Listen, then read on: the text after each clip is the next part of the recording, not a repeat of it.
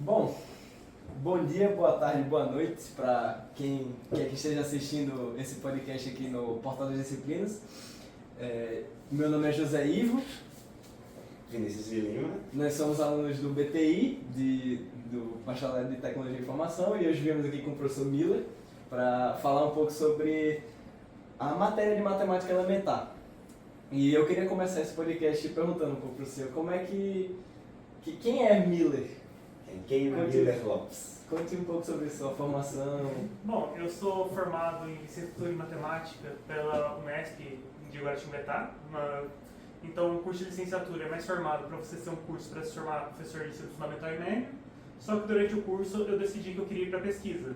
Então, eu acabei entrando num curso de pós-graduação no Instituto Nacional de Pesquisas Espaciais. Eu estudei computação aplicada, fiz mestrado e doutorado por lá. Eu trabalhei muito com dinâmica dos fluidos, análise de sinal, transformado wavelet, e eu acabei ingressando mais no doutorado para uma parte de simulação de fluido magnetizado, que daí eu tinha equação de modelagem de dinâmica de fluido, eu colocava um campo magnético ali, e como eu trabalhava no INPE, a gente tinha uma ideia de fazer aplicações espaciais para tudo, que é o propósito do Instituto, então a gente estava desenvolvendo um sistema para fazer simulação numérica do campo magnético da alta atmosfera da Terra com uma entrada de dados solar vindo de um satélite da NASA. Caramba, que massa! É uma baita experiência. E aí o projeto de doutorado acabou sendo um pouco mais demorado do que eu pensei, atrasei um ano. Mas sempre foi legal, cara. Sabe-se lá como eu acabei ganhando um prêmio da SBMAC, de melhor teste do doutorado do ano? Caramba, que massa! Você terminou o doutorado quando? Em 2019. E daí, depois do pós-doutorado, você fica. Depois que você termina o doutorado, acabei ficando meio que num limbo, porque daí você tem que procurar concurso, procurar emprego. E daí eu fiquei uns 6 meses parado. Daí eu entrei no pós-doc dentro do próprio INPE. E como fica muito difícil você ficar pegando pós-doc sempre na mesma área, daí eu acabei tendo que trocar de área. Daí no ano passado, na metade do ano retrasado, na verdade, eu comecei a fazer um outro pós-doc, que eu me mudei para outra Unesp de Presidente Prudente, e daí eu comecei a trabalhar dentro de um modelo de... como que era o nome daquilo? Que era dinâmica de fluido também, em que eu tinha uma substância, que seria meio que um remédio, e um meio, e eu fazia essa substância ela se dissolver ao longo do domínio. Então acaba sendo mais um trabalho de dissolução de fármacos. Então você passou por várias áreas aí, porque foi física, matemática, química. Então, na minha área, o meu curso era interdisciplinar. Então, eu tinha que fazer disciplina de computação, porque era a ideia do curso, só que também eu tinha que complementar a parte de matemática que eu não tive por causa que eu sou de um curso de licenciatura. Então, existe uma coisa cálculo com variáveis envolvendo números complexos, que daí é um pouquinho diferente do cálculo 1. Daí tem outra parte que eu vou trabalhar com tensores, eu só trabalhei com vetores e matrizes. Então, eu tive que trabalhar com outras disciplinas. Depois, meu maior desafio foi fazer física do plasma, sendo que eu nunca fiz eletromagnetismo na faculdade. E eletromagnetismo, não sei se vocês sabem, é uma disciplina que reprova muito o curso de física e engenharia. É um dos grandes gargalos da engenharia elétrica e da física. Por isso que, pelo menos na minha faculdade, curso de física do bacharelado lá, entrava 40 pessoas, forma 5, 6. Por causa de umas disciplinas dessas que são muito gargalo. O matemática elementar ela surgiu, né, como uma alternativa, porque começava com, pelo que eu entendi, né, mais ou menos da formação na matemática elementar, ela começava, antigamente ia direto para cálculo. Cálculo 1 ia direto. Aí depois surgiu o pré-cálculo, que é porque cálculo 1 reprovava muito. E aí pré-cálculo também estava reprovando muito. Então criaram matemática elementar. É exatamente a ideia dessa disciplina ser uma disciplina de nivelamento. Porque a gente nunca sabe o nível de matemática que o aluno do ensino médio sai, e o Brasil é muito desigual. Então você tem um aluno de escola de elite que tem um nível decente, mas ainda assim não é bom bastante. E você tem algum aluno de uma escola que não é tão favorecida que ele já chega com mais dificuldade. E tem a questão da própria formação de professores de matemática no Brasil, é uma coisa que precisa melhorar ainda. Você tem uma coisa assim, muito. Quando chega perto do vestibular, fica professor de cursinho, é muito mais uma coisa de macete do que um pensamento matemático. Ah, assim. sim, eu tenho um problema disso, principalmente nas minhas aulas, por causa que. Porque o aluno que faz o cursinho, ele já vem com a mentalidade do cursinho para a matéria. E se eu estou fazendo essa disciplina de nivelamento, eu estou passando em 6 meses, eu tenho que passar tudo que o cara viu do final do fundamental até o ensino médio. E todas as coisas que eu estou passando tem um propósito. Bom, seno tem um significado, um determinante tem um significado. E o aluno que ele sai da escola do cursinho, ele não sabe nada que isso significa. Ele só sabe fazer a conta, quando sabe. Então eu tenho que repassar essas matérias, mostrar que essas coisas têm algum significado. E muitas vezes, então, por exemplo, quando eu estava passando a parte de módulo, você aplica definição de módulo, você resolve uma equação modular desse jeito. Mas o aluno viu no cursinho que ele podia fazer esse macetinho aqui que economizava 3 linhas de resolução. No contexto de vestibular faz sentido. Você tem que resolver uma questão a cada 3 minutos. 3 minutos, então o tempo que você puder cortar, você corta. Mas quando você for trabalhar de verdade, bom, você não vai estar precisando mais de macete, você precisa saber o conceito, porque você vai ter um problema, você tem que avaliar esse problema com a ferramenta que você tem e propor uma solução. Isso você não faz com macete. E você tem que demonstrar, né? Porque você tem que provar o que você está falando. Você não pode só jogar assim. De certa forma sim. Isso vai muito de quem é o seu público-alvo. Porque eu acredito que se você está fazendo um curso de matemática, o seu público-alvo vai ser um profissional de matemática, então esse cara da matemática ele tem que saber provar cada afirmação que ele faz com uma linguagem robusta. No caso de um aluno de computação, eu acredito que o caminho não é por aí. Eu acho que você precisa ter um entendimento do que é a sua ferramenta, ter uma noção de onde ela veio e em que situação você pode usar ela. Eu não acredito que você tenha que forçar alguém que vai ser de informática a ter uma linguajar matemático para fazer demonstrações que não vai agregar para ele no mercado de trabalho. E você falou aí de toda essa área de física que você já trabalhou, de matemática também. E quais são as maiores aplicações assim, que você chegou a ver? Porque eu imagino que você trabalhou mesmo que um pouco, trabalhou com pessoas da área de computação, porque eu sei que tem uma parte de programação em física e tal. Você chegou assim, a ver uma aplicação interessante de matemática elementar no âmbito da tecnologia? É difícil você falar da aplicação da matemática elementar, porque ela é a base. Tipo, você precisa dela para você ter um nível decente para você entender o que vai vir em cálculo e álgebra linear. E essas duas disciplinas que são realmente a base de uma aplicação séria. Porque a matemática elementar é uma disciplina para você fazer o simples do simples para te preparar para te pegar o que vai ser um modelo complexo de verdade. Porque quando você vai fazer, eu quero fazer um modelo numérico. Esse modelo numérico geralmente você quer fazer alguma coisa que vai evoluir no tempo e você quer acompanhar esse andamento. Se você tem evolução no tempo, você tem cálculo. Se você tem uma figura, uma imagem, você quer fazer um processamento da imagem, bom, você está usando matriz, você está usando seno, você está usando cosseno, para fazer transformações, dilatações e o que você quiser. Então isso é operação de matriz, você pode pensar nisso como matemática elementar. Mas no fundo, todos esses procedimentos são embasados em álgebra linear. Entendi. Na sua formação, você teve alguma equivalência em matemática elementar? Qual foi o ponto assim, que você percebeu que as coisas não eram como o ensino médio, como o ensino fundamental? Cara, o meu curso ele era esquisito porque vocês falaram que os cursos tinham a parte de cálculo, daí viu que deu ruim cálculo, fizeram pré-cálculo, deu ruim pré-cálculo, fizeram elementar. No meu curso o pessoal teve uma ideia parecida, só que executava errado. Porque eu tive no primeiro semestre cálculo e uma outra disciplina que era fundamentos de matemática elementar, que é essa mesma coisa. E as duas aconteceram ao mesmo tempo. E as duas eram manuais. E o fundamentos era meio que para você aprender o básico para fazer um cálculo. E o mais engraçado é que a aula de fundamentos da aula de matemática elementar era no final da semana e o cálculo era na segunda-feira. Então minha primeira aula na faculdade foi de cálculo. Como essa sua experiência como aluno formou quem você é hoje como professor? Como aluno Desse processo de formação, de você estar na faculdade, você ir para o mestrado, você ir para o doutorado, quais são as coisas que você traz do seu aprendizado que formou você como professor, como docente? No fundo, Olha, cara, é que quando eu tinha a idade de vocês, eu era muito mala, né? Mas eu era muito arrogante. Mas daí, só que ao longo do tempo, daí tinha aquelas disciplinas de pedagogia, porque eu só queria aprender as coisas de matemática. E no fundo, eu queria fazer o curso de bacharelado. Só que na minha região, eu sou do interior, não tinha essa disponibilidade, eu só podia fazer licenciatura.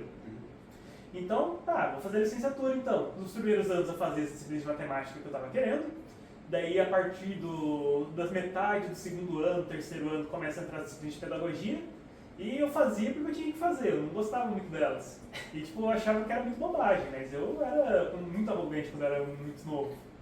E é o tipo de coisa que depois que vai passando os anos, você vê que você não é tudo isso e que realmente algumas coisas têm problema. E essa daí, depois de muitos anos, essas coisas de psicologia de educação, prática de ensino, foram entrando na minha cabeça que você tem que ter um pouco mais de paciência com o aluno, você tem que usar uma atividade de catálogo para lidar com um aluno, você tem que adaptar a forma que você apresenta um conteúdo para a realidade que ele quer dizer, para a realidade dele, que quer dizer.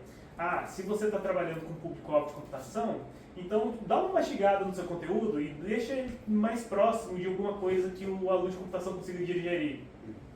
Então são coisas que foram levando muito tempo depois de muito ficar pensando sobre disciplinas que eu não dava muita bola quando eu era mais novo. É um processo de aprendizagem que você vai formando e você vai amadurecendo e ficando menos mal ao longo do tempo. Teve algum professor assim que você viu uma certa abordagem, uma certa metodologia que você pensou, quando eu for professor eu não quero seguir por esse lado, alguma coisa assim? Não precisa citar nomes nem nada. Por favor. Mas é só mencionar assim. Vou colocar na internet desafetos, né? Tá muito certo. Mas deixa eu ver. É questão de você aprender, pegar um pouquinho de cada um, né? Mas o que não fazer é que eu tive um professor no final do ciclo da faculdade, que ele era um professor de outro departamento, ele já estava para se aposentar, então ele já não estava mais nem aí para nada. Então ele dava aula meio que ele só sentava na cadeira, ele mais gostava de falar sobre como a vida dele estava bem feita, que ele já tinha um monte de coisa de artigo publicado, que ele é líder de grupo de pesquisa, que a gente, aluno, não sabe o que é bom da vida porque a gente fica tomando uma cerveja de escola enquanto ele só toma outra cerveja que é super cara. E o cara não dava aula. Daí chegava e ele só falava assim, se vocês querem fazer a parte da matéria, vocês entram aqui nessa plataforma online, muito antes do pessoal virar popular a ideia de ensino à distância. Daí a gente via aula pelo sistema remoto e depois tinha uma prova online lá que ele fazia. E daí, daí você já desanimava com a aula do cara. Daí ele jogava você para fazer as provas e as atividades dentro de uma plataforma online. Nossa, era até meio desestimulante fazer a disciplina do cara, sabe? Parecia que ele não estava colocando nenhum esforço na gente. E a sua disciplina, como você ministra a sua disciplina? Você prefere realmente ter uma abordagem mais presencial, assim, atividades sobre essa coisa de passar atividades, então você passa muitas atividades para casa, você prefere fazer atividades na sala, você prefere ver a prática ou você prefere que o aluno pratique? Olha, então, o problema é que esse período é muito atípico, porque eu cheguei no meio desse semestre na faculdade, que eu fui contratado há pouco tempo, e eu estou substituindo um outro professor que ele tinha pegado afastamento. Então ele não deu aula março e metade de abril. Então eu estou com 2/3 do período para dar a disciplina inteira. Então eu perdi muito tempo que eu poderia estar desenvolvendo atividades e o que eu estou fazendo? Eu estou correndo matéria. Então, eu tenho que jogar... Eu tenho vários tópicos para cobrir dentro de um cronograma que eu montei. Daí o que eu faço? Eu fico só jogando um monte de matéria. Quando eu tenho algum tempo, eu preparo algum questionário dentro do SIGA. Daí eu mando para eles fazerem, eles fazem. Por enquanto eu devo ter mandado uns 6 ou 7 questionários, alguma coisa assim. E esses questionários eles ajudam a compor a nota, porque se não vale nota, o aluno não faz também. Mas o que eu gosto de fazer é apresentar o conteúdo, fazer uma contextualização de onde que isso aqui veio, qual que é o propósito disso. E, se possível, mostrar para ele como ele pode aplicar isso dentro de uma aplicação que possa vir ser interessante. eu não tenho muito tempo para ficar dando exercício para os alunos, mas quando sobra algum tempinho eu ponho algum exercíciozinho de 5 minutos para eles fazerem. E extra aula, o que eu posso fazer então é mandar questionário. Às vezes eles pedem umas listas de exercícios extras, eu procuro alguma coisa na internet e mando para eles. E assim que eu tenho lidado com essa parte. É muito bom isso de ver o professor se importando com querer mostrar o porquê que aquilo ali é estudado. Tipo, a gente como calouros de BTI, né, a gente percebe que uma diferença muito grande da matemática no ensino superior para a matemática no ensino médio é que as coisas não são vomitadas para cima de você. Você sabe de onde as coisas vêm. Você, por exemplo, uma coisa que eu não sei se alguém aqui já tinha visto, mas eu pelo menos só fui chegar a ver no ensino superior, é a dedução da fórmula de Bhaskara. Que no ensino médio eu só tinha me passado a fórmula de Bhaskara sem explicar por que ela era daquele jeito. E agora na faculdade o professor ele explicou por que ela se forma desse jeito. Então isso é muito legal. Poder ver de onde vêm as coisas que você está estudando, poder ver os raciocínios por trás daquilo. Óbvio que tem algumas coisas que não dá para explicar no momento para alunos, porque provavelmente precisa de um repertório maior, de algum conteúdo que os alunos não viram ainda. Mas é muito legal isso, de tentar associar com...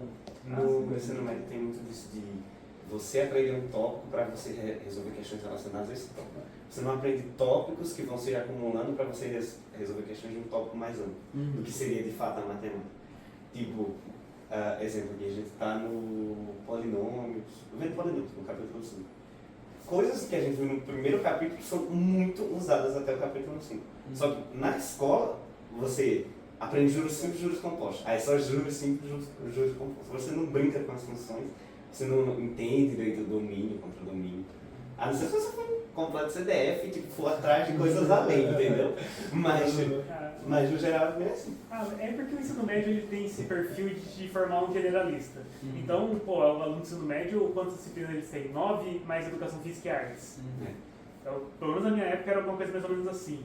Então, você tem 5 horas por dia para enfiar 9 disciplinas na cabeça de um aluno e cada disciplina vai ter um tópico. E quando você chega na faculdade, você vai ter a mesma carga horária e você, no fundo você tem disciplinas diferentes, mas as suas especialidades estão gerando dentro de uma mesma área. Então você está formando um especialista. Então, como especialista, você tem que saber, pelo menos ter visto na sua vida, por mais que se eu mostrar aqui, prova a fórmula de Bhaskara para mim agora, se você não souber, tudo bem, mas mas agora você sabe mais ou menos de onde veio, você sabe qual que é a função dela, como você vai aplicar. E é esse meio que o propósito de uma diferença do ensino superior. Sim, você realmente saber aplicar as coisas na sua área, ao invés de você só saber resolver uma questão sobre aquilo. E essa coisa da matemática elementar, a gente ainda não entende muito bem, né? Eu suponho que talvez você não entenda muito bem porque você foi contratado agora e tal, e está sabendo essas coisas da mudança na grade que vai ter de matemática elementar. Que matemática elementar agora está se tornando matemática básica. E aí uma dessas mudanças é que a gente está deixando de ter a matéria de VGA, que é vetores e geometria analítica, para inserir uma parte desse conteúdo em matemática elementar. Eu queria saber sobre essa coisa justamente porque você falou dessa coisa de você adaptar melhor o seu as coisas que você ensina, os conteúdos que você ensina para alunos de computação e para alunos de matemática, para alunos de diferentes áreas. O que essa coisa dos vetores de geometria analítica você acha que é mais comum de se ver, assim? Essa coisa das matrizes, transformações de imagens, o que você acha que é o mais essencial, assim? E por que foi matrizes para matrizes não super? Tá, então você está pensando por que eu vou ter essa disciplina de matemática básica e por que ela vai absorver esse conteúdo extra que era de VGA? Por que esse conteúdo é tão importante para ele não sumir? Tá, matriz é a base da computação. Então, você não pode se livrar de matriz, porque a matriz é uma forma que você vai usar para representar a sua estrutura de dados mais básica. E também ela é importante em vários tipos de modelos de física, de eletricidade. É que eu tenho uma formação muito voltada para física. Então, você tem o uso de matrizes para representar muita questão de você ter... O caso óbvio são imagens, então se você tem computação, você quer fazer processamento de imagem, você quer fazer, por exemplo, uma análise de sinal, esse tipo de coisa, se você quiser aplicar uma transformada de Fourier, esse tipo de coisa, você sempre vai estar usando matrizes. Você está literalmente fazendo multiplicação de uma matriz de entrada para uma matriz de transformação e você vai ter uma matriz transformada. E essa matriz transformada ela vai ter propriedades que você vai analisar e você vai extrair. Então a matemática básica, o curso de matemática ele não pode abrir mão do estudo de matriz, porque você tem que saber o que são essas matrizes que você está multiplicando.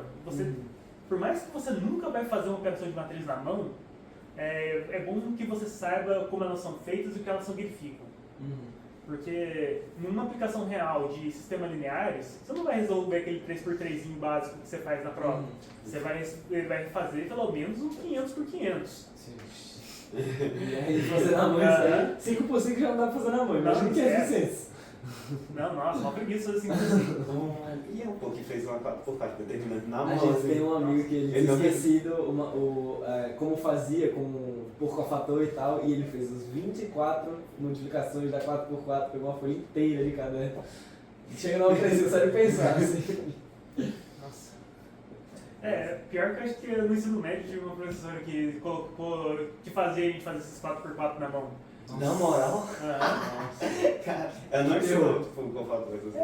Não, eu lembro que eu vi isso no ensino médio, mas tipo, eu tive que fazer isso na mão, mas pô, nunca mais usei isso, sabe? Que coisa pra Não, é só trabalho, cara, tipo, não acrescenta em nada. Porque no fundo, se você quiser aplicar alguma coisa dessa, eu quero inverter uma matriz, eu quero resolver um sistema, você vai buscar, qual é o algoritmo que eu faço isso baseado numa matriz, e você vai implementar esse algoritmo. Porque esses problemas lineares envolvendo matrizes, vetores, na prática você resolve tudo com um computador. Até problema voltado para física, eles acabam caindo muito em equação diferencial não linear, que daí você não consegue extrair uma resposta para esses modelos. Daí o que você tem que fazer? Se você não consegue obter uma solução para o problema, você aproxima. E você faz aproximações. Por exemplo, você tem um caso... O caso que eu vou falar, existe a solução de fato, que é o problema de propagação de calor. Então tem um modelo super complicado para você... Se eu tenho uma fonte de calor aqui nesse ponto da mesa, como é que ele se propaga ao longo do tempo pelo meio? Isso aqui é uma equação que você tem só a evolução do transporte do calor pelo espaço. E esse caso é um problema que tem solução analítica, que tem de fato uma solução que você consegue descrever isso como uma função. Mas outros problemas não tem. E esse tipo de problema, o que você tem que fazer? Você vai ter que criar uma matriz que vai representar cada ponto do seu espaço, e cada ponto do seu espaço vai ter que ser atribuído um valor, e depois você vai fazer a propagação em cima dessa matriz e ver como ele se evolui no tempo de acordo com a equação de propagação que você está estudando, por exemplo. Então, é outra forma que você usa a matriz, como você está fazendo um mapeamento de valores dentro de um espaço. Também tem, bom, de novo, a análise de sinal. Você tem a matriz, que cada pixel dela você pode pensar como se fosse um ponto, só que cada ponto da sua imagem é um RGB. Então, no fundo, você tem uma matriz de quatro dimensões. Você tem... você vai ter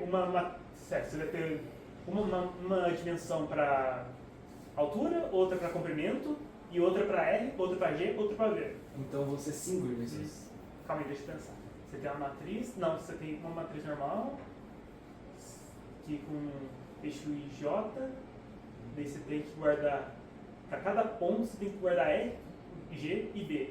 Então, você está lidando com uma matriz de 5 dimensões. Então é uma trabalheira. E matriz de 3 dimensões você já não trabalha nem na matemática básica, né? E na própria programação, já é complicado, pelo menos eu, assim, no começo do curso eu já acho mais difícil mexer com uma matriz de 2x2, de 2 dimensões na programação, e quem dirá uma de 5 dimensões, são muitos dados ali computados ao mesmo tempo, realmente... Então, mas isso aí no fundo acaba virando costume, sabe? Depois que você costuma ficar aninhando for em cima de for, você começa a abrir aqueles eixos das matrizes lá e começa a virar natural, sabe? Mas esse no caso vai ser 5 for direto, assim, né? Um dentro do outro. Sim. Nossa, aí é... For alinhados.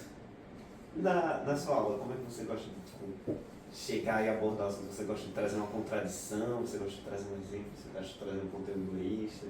Como é que você gosta de trabalhar a matemática elementar com os alunos?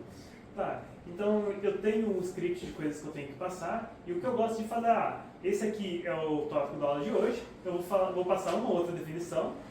Se eu souber um caso que, às vezes quando eu estava ensinando eles a trabalhar com polinômios, eu sabia fazer um caso lá que eu fazia um sequenciamento de operações que dava uma afirmação do tipo 0 igual a 1. Daí eu tentava desafiar eles. Por que isso aqui chegou nisso? Daí, acho que umas 2 pessoas conseguiram responder. Bom, essas coisas quando aparece 0 igual a 1 era sempre porque você está dividindo por 0 de alguma forma. Sim. Daí você tinha que tomar cuidado com isso. E E daí sempre quando possível eu tento colocar algum desafio desse tipo. Quando... Outra coisa que meus alunos ficam assustados também, que eu empolgo quando eu estou falando numa disciplina, daí eu começo a falar, mas determinado ponto aqui, isso aqui não é da disciplina de vocês, mas nessa outra matéria super avançada, você pode usar isso para fazer isso. Não, a gente já viu, a gente já teve a gente vai para monitoria de matemática elementar e às vezes tem monitoria de FMC junto. Que inclusive não sei, é fundamentos de matemática computacional? É alguma coisa assim. É alguma É coisa matemática discreta. Tipo, pronto, é matemática discreta. Aí eu vi os quadros assim algumas vezes, dá um medo, viu? Porque é uma coisa assim. Eu tenho certeza que quando você chega lá, se você estuda direitinho, se você absorve o conteúdo da aula, você consegue entender o quadro. Agora, hoje em dia, dá um certo medo. É, bicho, muito engraçado. Chegou assim, tipo, os cavaleiros da tábua redonda se reunindo no quadro pra ver. Era todo mundo em pé, escrevendo, e o cara escrevendo cada uma das definições. Foi. Era muito doido. E tudo trivial. Exatamente, isso todo mundo olhando assim. A disciplina de matemática elementar, você acha que prepara mais para FMC ou para cálculo? Cálculo. Para cálculo? Porque matemática FMC você está trabalhando sempre mais com números naturais e inteiros. E cálculo você está fazendo um estudo completamente voltado para a vida real. Então, quando eu estou trabalhando com essa parte de polinômios, de gráfico de função, senos e cossenos, logaritmos, números complexos, isso é cálculo. Daí FMC se aproveita bem comecinho ali, quando você quer falar um pouquinho de teoria de conjuntos, daí você meio que pode partir dali para desenvolver um pouco mais dessa parte de números inteiros. Cálculo, só de você se usar muito de gráficos, você já tem uma reta, ela tem infinitos pontos, né? Então só de você ter um infinito, você já insere uma coisa de números reais, de números complexos. Sim, é o que vai mudar, né? Porque para cálculo você está começando como se você estivesse operando com uma coisa que é o contínuo, e na FMC você está trabalhando com o discreto. E a elementar, na minha disciplina, eu dou um foco muito maior para a parte do contínuo. Sim, justamente está preparando para o cálculo, né? Porque eu não sei ainda como é que é a FMC com vocês, mas o cálculo é o primeiro gargalo dos cursos de exatas. É o mais famoso também. Você tem O que a gente conhece no nosso curso, que a gente escuta as pessoas falando, os dois gargalos maiores no começo, pelo menos, são matemática elementar e o FMC. Que o FMC, se não me engano, é o próximo semestre? Ou não? Não, acho que você monta. Então Na matemática elementar, qual é o ferramental que você acha que é mais utilizado no percorrer do curso? Tipo, o que você aprende em matemática elementar que você vai usar muito no futuro? E o que você acha que os alunos assim mais veem como obstáculo, o que eles pecam mais nisso? Bom, então, aqui computação como eu tinha dito, a base dela é algoritmo e matrizes. Porque você tem, você fazer um procedimento e fazer uma forma de uma estrutura de dados. E matriz é isso, você tem uma estrutura de dados que você vai usar como a base da sua computação. Só que tem as outras aplicações acabam sendo um pouco mais específicas, dependendo do tipo de problema que você tiver. Mas as matrizes elas são desde da imagem, do banco de dados, Eu noto uma certa coisa assim, às vezes eu tenho uma impressão de que os alunos de BTI eles têm mais facilidade justamente com a parte mais que eles vão usar por maior parte do curso, e quando entra na coisa mais da matemática, que aí você entra inequações, igualdades clássicas, todas essas coisas, eu sinto que tem uma dificuldade um pouco maior do que, é como se quando a pessoa escolhe o curso, né, ela escolhe, muita gente que entra no BT já entra com um certo conhecimento de programação, E aí eu sinto que as pessoas têm mais dificuldade, os alunos têm mais dificuldade justamente na parte matemática, na parte mais que vai mais pro cálculo, vai para essas coisas assim. Isso eu acho engraçado mesmo, porque realmente na minha primeira prova, que foi essa parte de equações e inequações, os alunos tiveram dificuldade mesmo. E depois que eu suponho agora que eu entrei nesse segundo módulo, comecei a trabalhar com funções e com gráficos, eles consigam ter um entendimento melhor do que eram aquelas inequações que eles estavam vendo antes. Porque agora eles têm uma noção mais gráfica do que eles estavam resolvendo. E, bom, suponho que agora eles têm um entendimento melhor disso, mas eles entraram com bastante dificuldade. E eu achei engraçado também os alunos entrarem com mais conhecimento de programação. É uma coisa que eu me senti perdido no tempo agora, porque na minha época, o meu primeiro contato com programação de fato foi quando eu estivesse... Tivemos uma pequena interrupção aqui, mas já voltamos com a programação normal. Você estava falando sobre a computação e sobre como é engraçado que os alunos eles entram com essa coisa... sim, então, é uma mudança completamente do jovem hoje em dia, que na minha época a gente, bom, obviamente que a gente sabia mexer na internet, jogar um joguinho aqui e ali, mas quando eu entrei na faculdade, eu tive uma disciplina de programação no primeiro período, eu nunca programei nada na vida, eu nunca soube o que era um algoritmo, e você estava falando que os alunos já chegam com uma experiência de, pelo menos uma noção de como é que essas coisas são. E isso eu achei bastante engraçado, como as coisas têm mudado. Mudou muito, porque hoje em dia essa coisa da programação é uma área muito promissora, né? Tanto que o próprio IMD ele surgiu como uma proposta de transformar o Rio Grande do Norte em um polo tecnológico. Então essa necessidade da tecnologia, da programação, está cada vez mais nítida. E a gente queria fazer umas perguntinhas aqui para você sobre como você classifica a disciplina que você ministra, a matemática elementar, e em alguns tópicos sobre a metodologia dela. Você diria que é uma metodologia mais clássica, com aulas expositivas, com mais demonstração, ou uma metodologia mais ativa, com uma certa gamificação? Eu imagino que seja clássica. É bem clássica, porque matemática é uma matéria um pouco rígida. Porque, no fundo, bom, quando você fala em gamificação e coisa ativa, você meio que está aplicando a ideia de que o aluno, no fundo, ele já tem aquilo na cabeça dele, você quer trabalhar aquilo. Mas, no fundo, a matemática, você apresenta muita coisa que é muito intuitiva. Sim. Então, você fala, o seno, ele vem de uma proporção entre dois triângulos semelhantes. E isso não é uma coisa que vem tão naturalmente na cabeça do aluno. Eu preciso dar uma forçada na barra. Eu não vou fazer um joguinho que eu vou colocar um monte de triangulinho e falar que, para ele procurar a proporção de um triângulo com o outro para falar que ele é semelhante. O próprio aluno precisa meio que se forçar a ver com outros olhos, né? Então, no fundo, alguém em algum lugar deve fazer alguma coisa mais diferenciada nesse tipo de ensino, mas eu acho que é razoável você induzir um pouco da parte clássica para apresentar esse conceito que às vezes é um pouco mais alienígena para o aluno. E sobre a matéria em geral, que tem certos tópicos aqui que falam sobre a discussão, a abordagem, só que eu imagino que sejam coisas assim, a discussão, não parece ter uma discussão muito social, assim, matemática, parece um negócio, um negócio mais técnico, né? Matemática é extremamente técnica.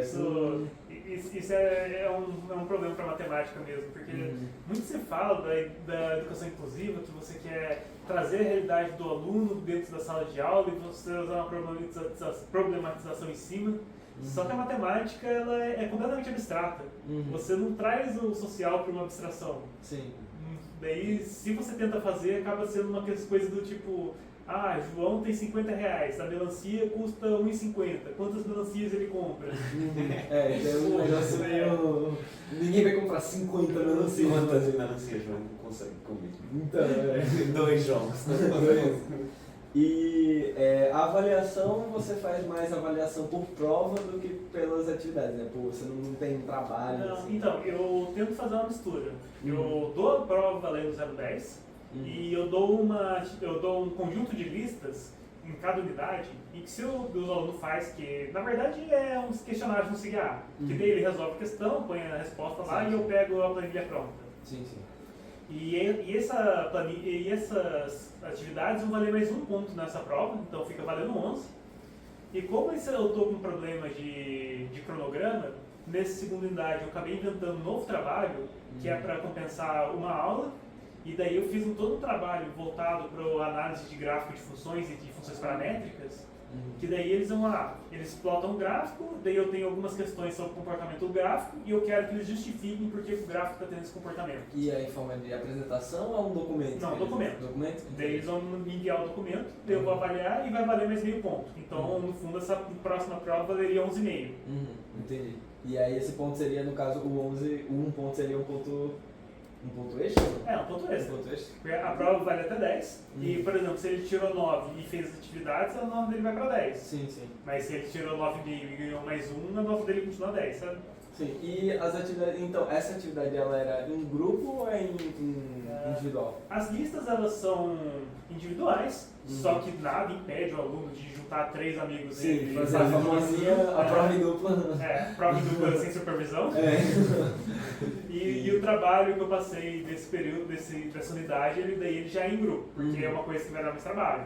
Eu dei só a prova com os enunciados, com as folhas que eu quero que eles vejam, tinha dado quase 3 páginas. E só uma coisa aqui pra gente encerrar, que você falou dessa coisa do trabalho, eu fiquei imaginando. Você já imaginou passar um trabalho de apresentação, um seminário sobre matemática? Você já chegou a ver alguma matéria que você teve que fazer um seminário explicando alguma coisa da matemática? Nossa, cara. Você viu aquele meme do cachorrinho que tem com a cara de triste e tem no fundo as imagens da guerra do Vietnã? Passei por isso agora, cara. Foi aqui a disciplina de banco de dados. O professor chegou, ele só veio um dia na sala. Ele falou, bom dia, eu sou o professor que vai dar responsável pela disciplina. Os tópicos da disciplina aqui são esses. Eu vou dividir a sala em 5 grupos. E cada... Não, vai perguntar. E daí, cada dia, eu vou querer que um de vocês venha, faça uma apresentação sobre o capítulo do livro, e cada outro grupo vai ter um líder que vai avaliar essa apresentação. Daí ele não vinha na aula. E ele não via, ele não... Nossa, chegou ao trabalho pra vocês. Ele chegou, dividiu o trabalho, delegou um líder para cada grupo e falou que os líderes vão avaliar os outros trabalhos. E depois ele nunca mais apareceu. Não, realmente tem que valorizar muito. A instituição pública tem que valorizar os professores que realmente vão, porque tem umas peças dessa que o cara só resolve não dar aula. Que é porque, como professor de Instituto Federal, Universidade Federal, ele é muito, assim, dinâmico, né? Ele faz pesquisa, ele dá aula. Tem professores que só fazem pesquisa, só estão acostumados a fazer pesquisa. E despreza a aula. Aí acontece essas coisas. Acho. Mas então é isso. Muito obrigado por aceitar convidar no nosso podcast. E esse podcast aqui ele vai ser postado no Portal das Disciplinas. Se você está assistindo, provavelmente você está assistindo o Portal das Disciplinas.